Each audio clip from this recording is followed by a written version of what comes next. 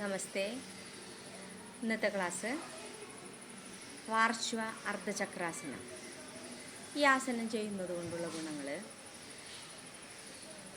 ജനനേന്ദ്രിയങ്ങൾക്കും അതിനോടനുബന്ധിച്ച എല്ലാ അവയവങ്ങൾക്കും ശരിയായ രീതിയിലുള്ള പ്രവർത്തനം ലഭിക്കുന്നു എന്നതാണ് ഏറ്റവും ഉത്തമമായൊരു കാര്യം.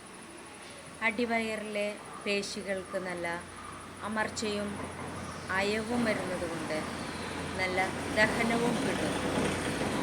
ശരീരത്തിൻ്റെ പുറം ഭാഗത്തുള്ള നാഡീഞരമ്പുകൾക്കും പേശികൾക്കും നല്ല ശക്തിയുള്ളതാകുന്നു. നമുക്ക് പാർശ്വ അർദ്ധചക്രാസനം എങ്ങനെ ചെയ്യാമെന്ന് നോക്കാം. പാർശ്വ അർദ്ധചക്രാസന എങ്ങനെ ചെയ്യാമെന്ന് നോക്കാം.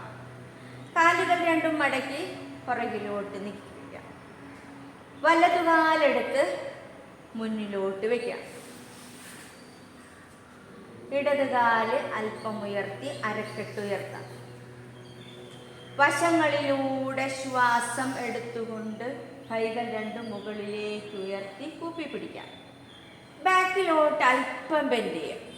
1 2 3 4 5 6.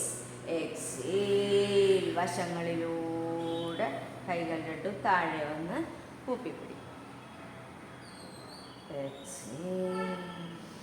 റിലാക്സ്. ഇതുപോലെ മറുവശവും ചെയ്യാം.